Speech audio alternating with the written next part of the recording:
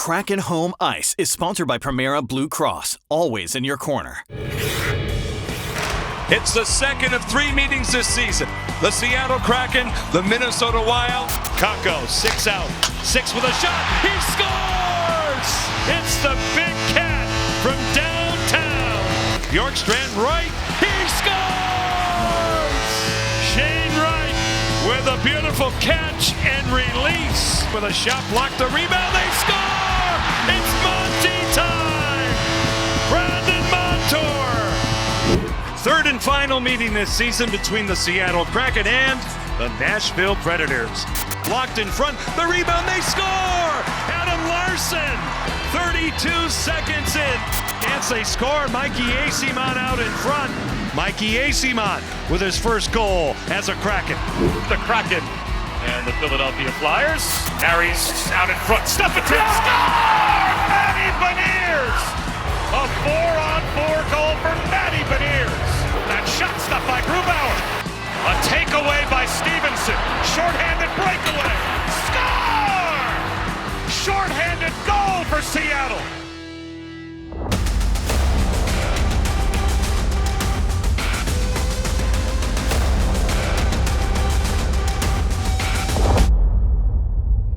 Welcome to Kraken Home Ice. It was a big week across the NHL with the trade deadline looming Friday. The Kraken got down to business Wednesday, trading one of the original members of the team, Yanni Gourde, as well as Oliver Bjorkstrand.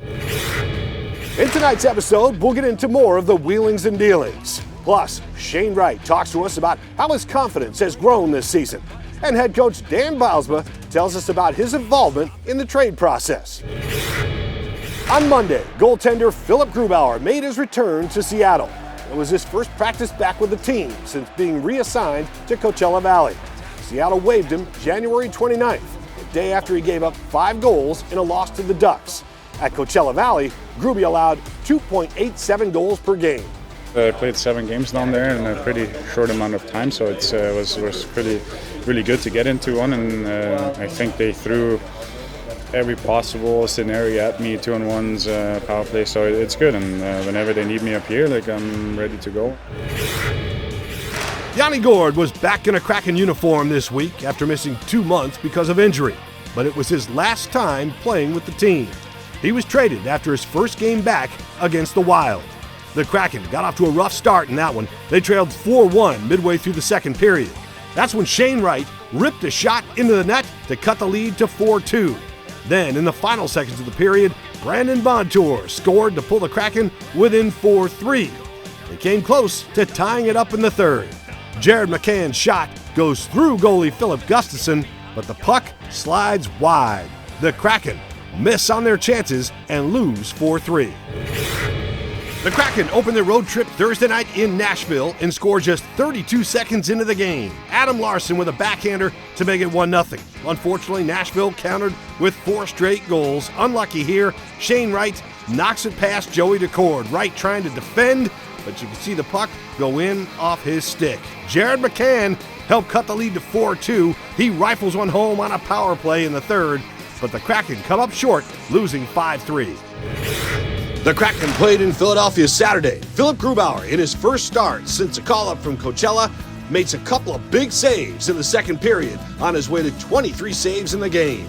The Kraken respond with 3 goals in the second period. Matty Beniers stuffs this one home to give the Kraken a 2-1 lead.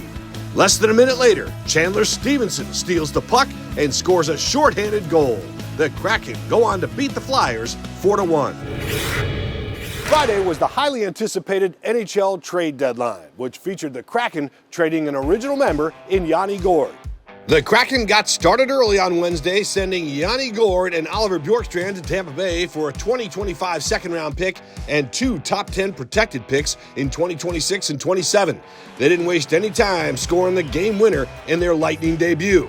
Seattle also picked up forward Michael Eyssimont, who doesn't do a whole lot of scoring, but he will be an enforcer. There are a lot of highlights of Eyssimont dropping the gloves, although he did score in his Kraken debut against Nashville. You don't want to mentally exhaust yourself thinking about a lot of what ifs and what can I do. And, I think it's important that I just try to remind myself to be centered and just focus on what I can control in my game. Not everything's going to go your way. I mean, that's kind of a good lesson for any game, but especially a first game with a new team. On Friday, Ron Francis sent Brandon Tanev to Winnipeg for a second-round pick in 2027. He will be an unrestricted free agent at season's end. The Kraken also traded Daniel Sprong to New Jersey for a seventh-round pick in 2026. Seattle enters the next 3 drafts with 10 picks in the first 2 rounds with roughly $20 million in available cap space. I'm not sitting here saying we're looking to draft 10 players. In a perfect world, we're looking to move some of these draft capital pieces to try and acquire players and move the process forward a little bit quicker. You see, I felt going into the season we're a team that could compete for the playoff spot, and we're not there. So that's why we had to do the things we did. Before we started making these moves, we were 11 points out. That's 5 wins, basically, or 5.5 wins over the 60 games we had played at that point, 62 games. So I think it's doable, and I think we have a team, and if we make the right tweaks over the summer, that we can do that. Shane Wright has vastly improved this season. Offensively, his points are among the highest on the team. Brianna Vasquez talked to Shane about his all-around progress. Wright, he scores! Shane Wright with a beautiful catch and release. Confident and consistent. Just 2 words to describe who Shane Wright has become this season. The center's progression in contributing to points has been a sight to see. I think just growing in confidence and understanding the game more at the NHL level. Obviously a work in progress, a lot of ways to be better, but just trying to improve my game as best I can every day, and just learn as much as I can here as well. Here comes Shane Wright for Seattle on the off wing. He's in. Burakovsky scores! Being a healthy scratch for 3 games at the start of the season is in the rear-view mirror. Wright has 21 points since January 1st, which is the most by any Kraken player in that span. Just growing in maturity and understanding the day-to-day life of an NHL player, and what it's like to kind of live this life and the daily grind. Last season, Shane played in 8 games, scoring 4 goals with 1 assist. This season, it's a whole different story. In over 60 games, he has 14 goals and 23 assists. Shane seems to consistently be in the right place at the right time. To the goal line in front, right, he scores! That's hockey, baby! If I see a play, I'm trying to make the play. My line mates are doing a great job. We get getting open and find areas on the ice. A first-hand witness to Shane's progression is head coach Dan Bylsma, who also coached Wright at Coachella Valley. His mindset, what he's bringing to the table, his skating is, you tick off the shots he's had in the last 3 or 4 games. Not only the number of shots, but where he's shooting the puck from, working to get the shot off. It's continuing to show up. The youngest member of the Deep is taking strides towards a core roster spot. With about 18 games to go in the regular season, Shane has some goals for himself. Just keep playing consistent hockey, I think. Just keep growing, keep getting better, but also, enjoy it as well. Really, enjoy the rest of the season here. Wright has quickly become a fan favorite, and the feeling is mutual. Shane thrives off the atmosphere, especially in front of the home crowd. It's a lot of fun playing in front of fan base like that. Really loud, exciting building. Really passionate fan base. So it definitely gives us a big boost of energy out there. With a shot stopped again, they score!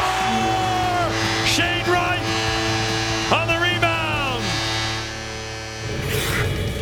Coming up on Kraken Home Ice, head coach Dan Bylsma tells us about the message sent when a goalie gets pulled mid-game.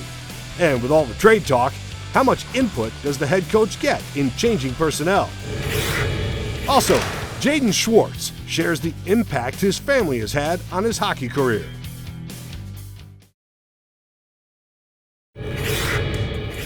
Kraken prospect Berkeley Catton is on fire. The Spokane Chiefs captain was named the Western Hockey League Player of the Month. In February alone, Catton racked up 13 goals and 21 assists in 13 games. He ranks second in the WHL with 34 points. Catton continues to climb up the Chiefs record book. He's currently 11th all-time in career points. There's been a lot of personnel changes throughout the season, whether it's players getting called up from Coachella Valley or being acquired in trades. We talked to head coach Dan Bylsma about what he thinks is the biggest lesson to learn when you're playing for a new team. regardless of the time of the year it is, I think the challenge for, a young player or a first-time call-up, it's the most, nervous you're probably going to be in a game. And I can only speak to my first time. You're full of gas and full of energy, full of anxiety. Your legs feel like jello and rubber. You're just trying to put your game out there, and it can be a challenging thing. I think what's the message, regardless of whether it's this time of year or it's the first time in the beginning of the year. It's like, just go out and play your game. Go out and do what you do. There's systems to worry about. There's X and O's, but really the best results come when they just go out and play. On the way back, Ryan Winterton. Now here comes Tanev. Turbo busting in for a chance. He scores! Was the physicality or the speed a real eye-opener for you? I think, how does that manifest itself? And the speed is another level up. The physicality is another level up. And if you're standing around and not moving your feet, you're going to get bulldozed over, is kind of how it manifests itself. I think you want a player that has enough moxie, has enough confidence that can go out and show their game, show what they can do, and it's the world's highest level, it's the fastest game. Just go out there and show what you can do. That's the worst thing you can say after a game, is that I didn't show my best. I didn't show what I could do. Like that's stepping over the boards for the first time. It's just go play your game, show what kind of player you are, show what you're good at. Make sure we know after the game's over with. Okay, let's talk about some of your goalies. Koko's a guy who made his NHL debut this year, but you've had a bit of a revolving door at goalie.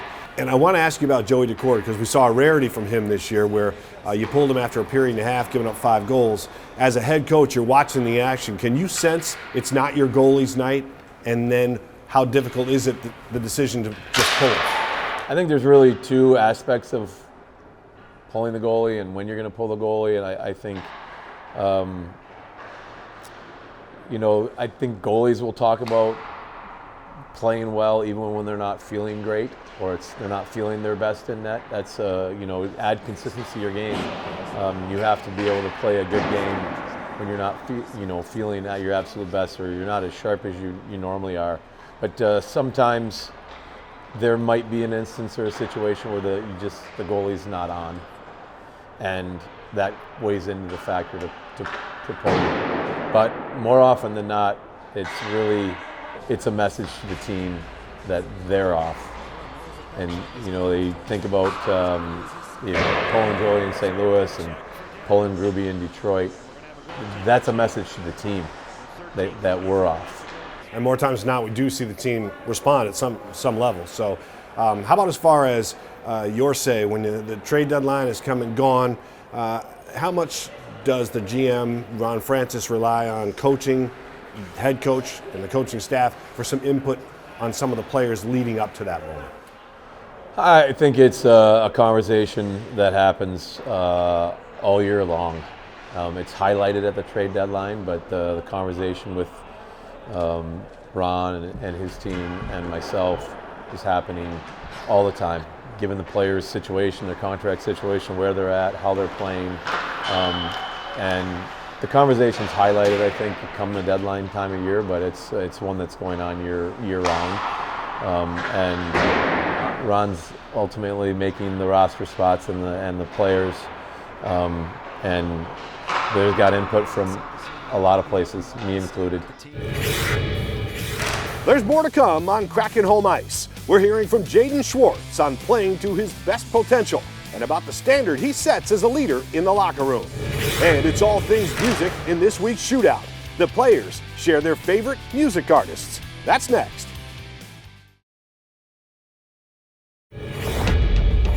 Assist of the Week is sponsored by Primera Blue Cross, always in your corner.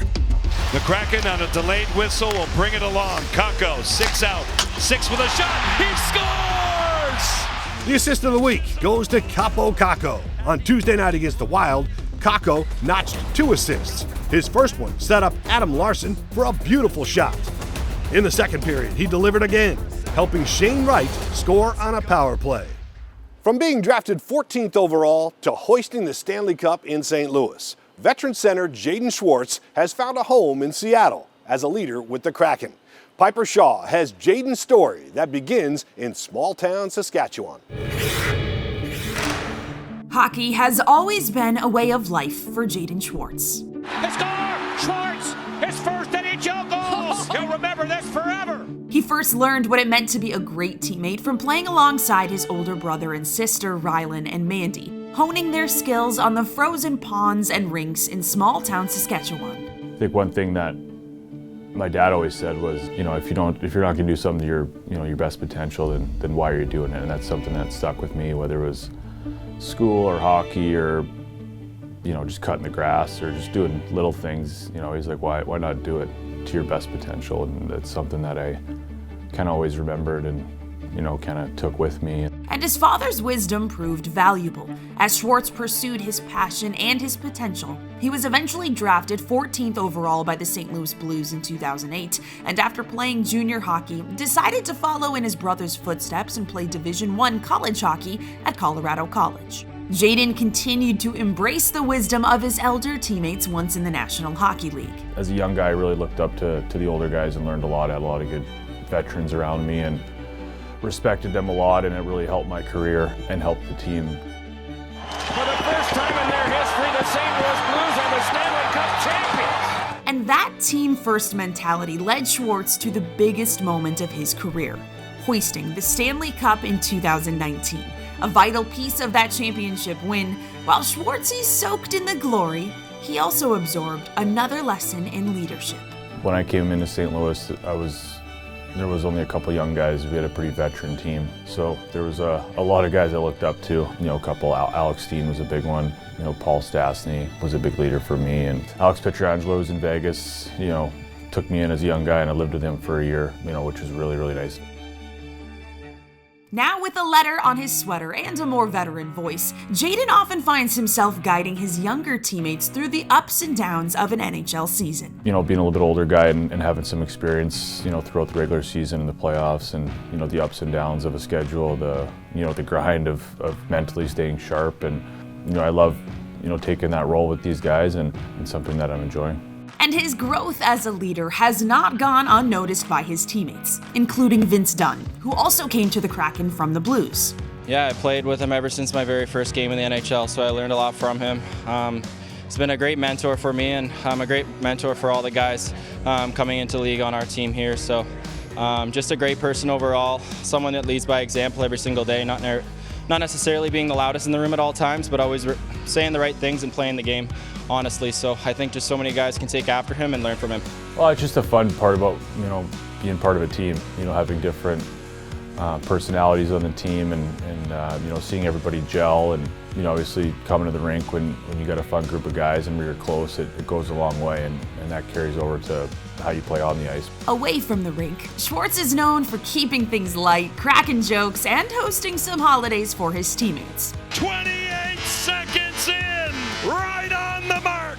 When you care about the guy next to you in a big way, then that's how you find success. A pest in the paint. He scores! And a pro in passing of both pucks and principles. Schwartz for the Hattie, yes sir! Because after all, when you're working towards a goal, why not do it to your best potential? Schwartz with the magic stick.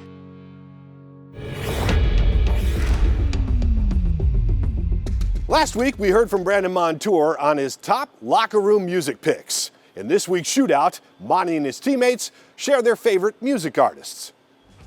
My favorite musical artist, I lean into more the hip-hop side of it. I like Drake. I like a lot of rappers, Future, Lil Baby. I don't know, kind of a little off ram, but for me. But that's kind of what I go with. Mike, just Mike. Sick. Check it out. I was big into Toby Keith lately, so him. We do rap. I'm gonna go with Lil Baby. Country. I'm gonna go with Cody Johnson. I'll go right now, probably Zach Bryan. I'm all over the map on this one. Country music, for sure. Favorite genre. Most listened to. I have some elevator music, I'll say, to listen to in the morning time when I'm by myself. So it's like a Andre Bocelli and / piano music that I listen to the most often. Still to come on Kraken Home Ice. Local hockey players were the stars in one of last week's mid-game intermissions. We'll hear from the young talent on getting a chance to play on home ice.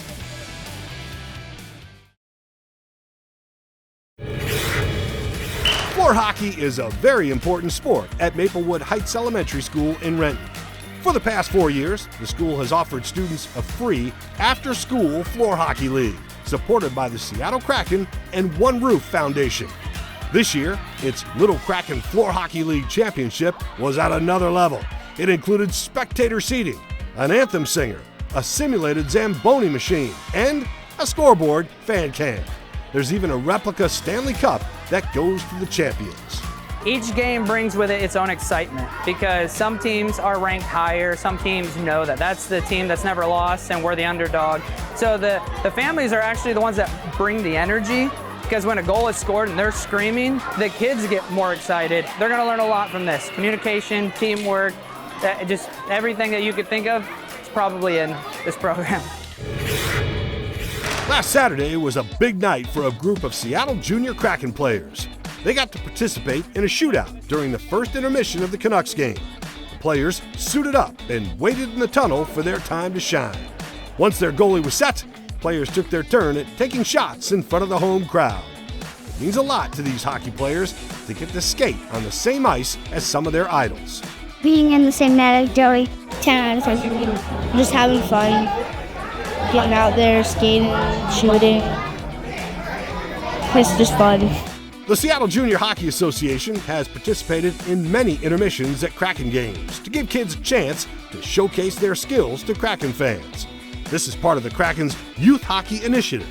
As Washington's hometown health plan, Premera Blue Cross is proud to sponsor youth hockey in partnership with the Seattle Kraken.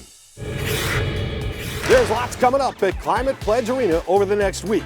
On Wednesday, the Kraken are back in town taking on the Montreal Canadiens. Country singer Kelsey Ballerini is performing Thursday. Utah and the Kraken get after it on Friday, and comedian Theo Vaughn is in town Saturday. So interesting times in the NHL now that the trade deadline has come and gone. We'll see how it all plays out. And that'll do it for this episode of Kraken Home Ice. Thanks for looking in. We'll see you next week.